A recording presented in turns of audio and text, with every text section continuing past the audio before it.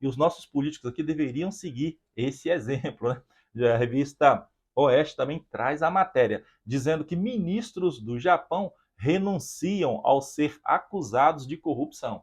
São 4 ministros que estão renunciando só pelo fato de terem sido acusados por corrupção. Eles pertencem ao Partido Liberal Democrático, PLD, lá do Japão, né, pessoal? Então, esse partido está lá no governo há muitos anos mesmo, algumas décadas, o PLD está à frente do governo japonês. Que bom seria se essa prática também existisse aqui no Brasil. Se fosse assim, o Congresso hoje de 513 deputados estaria vazio. Poucos gatos pingados lá estariam, né? E o eco iria ser a predominância daquele plenário. De outro lado também, dos 81 senadores lá no Senado, se essa prática também fosse seguida por lá, pouquíssimos senadores restariam na casa alta do nosso Congresso Nacional. Então vamos à matéria aí dos japoneses que foram acusados de corrupção e anunciaram renúncia dos seus cargos.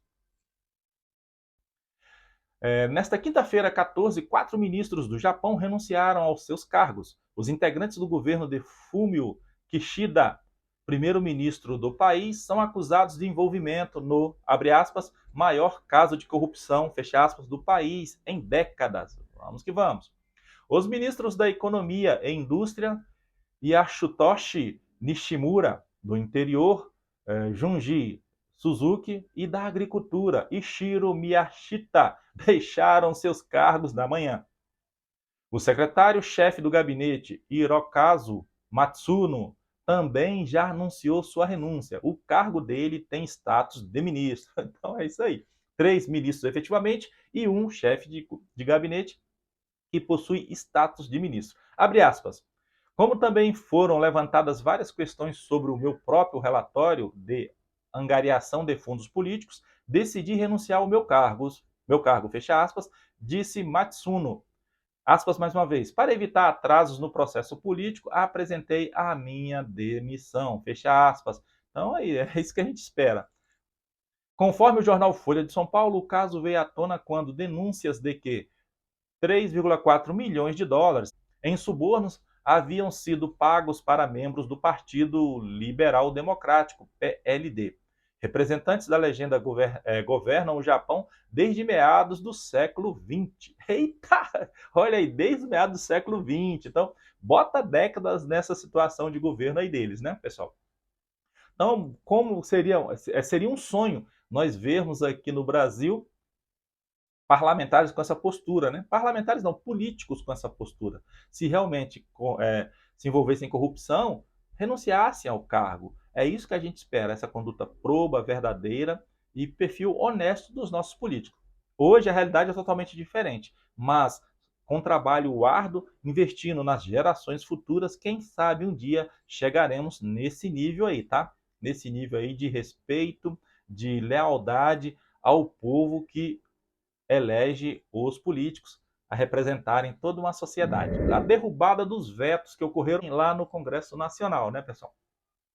Então, a derrubada de veto, ela tem que ser votada simultaneamente pelas duas casas, né? Ou ela se reúne numa sessão conjunta, ou então acontece ali a votação paralela nas casas.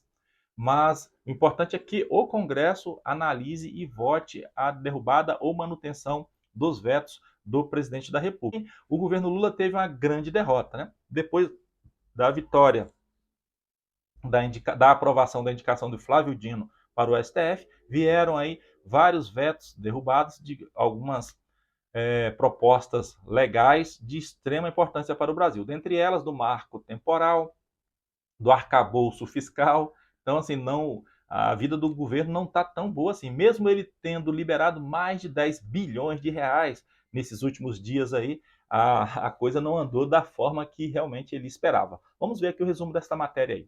Congresso derruba veto de Lula ao projeto do marco temporal. Essa questão do marco temporal, ela já foi ajuizada também, tá?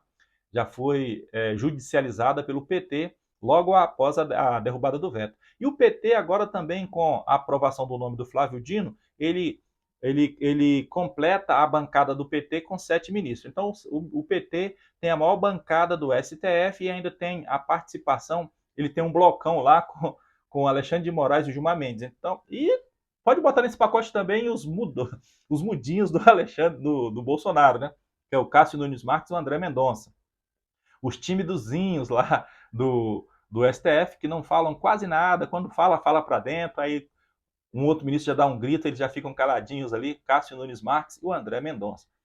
Então tá complicada a situação do Brasil com essa bancada do PT lá no STF. O Congresso Nacional derrubou o veto do presidente Lula ao projeto do marco temporal para a demarcação de terras indígenas. Em sessão nesta quinta-feira, 14, foram 321 votos de deputados federais pela derrubada do veto e 137 pela manutenção. No Senado, a derrubada do veto teve 53 votos a favor e 19 contra. Com isso, o projeto de lei será promulgado. A análise do veto aconteceu após vários adiamentos. Somente esta semana, o Palácio do Planalto chegou a um acordo com os líderes da bancada ruralista e da bancada de oposição para análise do texto. E Lula paga 10 bilhões de reais em emendas em 2 dias. Tudo isso aí foi para avalizar a indicação ali do Flávio Dino, né? Avalizar ali a indicação do Flávio Dino e também a derrubada dos vetos. Só que dos vetos não resolveu, não adiantou muita coisa. Os senadores são malandros também. Levaram o dinheiro do velhinho lá, do Nine, dinheiro nosso, né? Que o Nine só tem a gestão ali dele, levou nosso dinheiro e deixou o Nine aí a ver navios. O pagamento de emendas parlamentares atingiu um novo ápice nesta semana.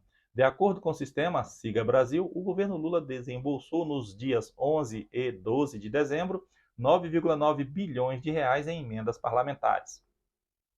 Com isso, o governo chega a 39 bilhões de reais pagos em emendas. O valor inclui restos a pagar de emendas que foram apresentadas por deputados e senadores do mandato anterior. A cifra confirma a apuração do Poder 360, que mostrava no início da semana que o governo liberaria 11 bilhões de reais de emendas para tentar aprovar nesta semana projetos prioritários, como a MP, Medida Provisória 1185 da subvenção do ICMS, Imposto sobre Circulação e Mercadorias e Serviços, e o texto das apostas esportivas online, que taxa empresas do setor das chamadas bets.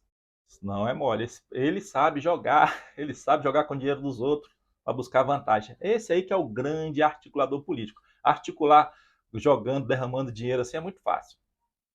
O primeiro desses projetos pode arrecadar 35 bilhões de reais em 2024, mas deverá ser desidratado.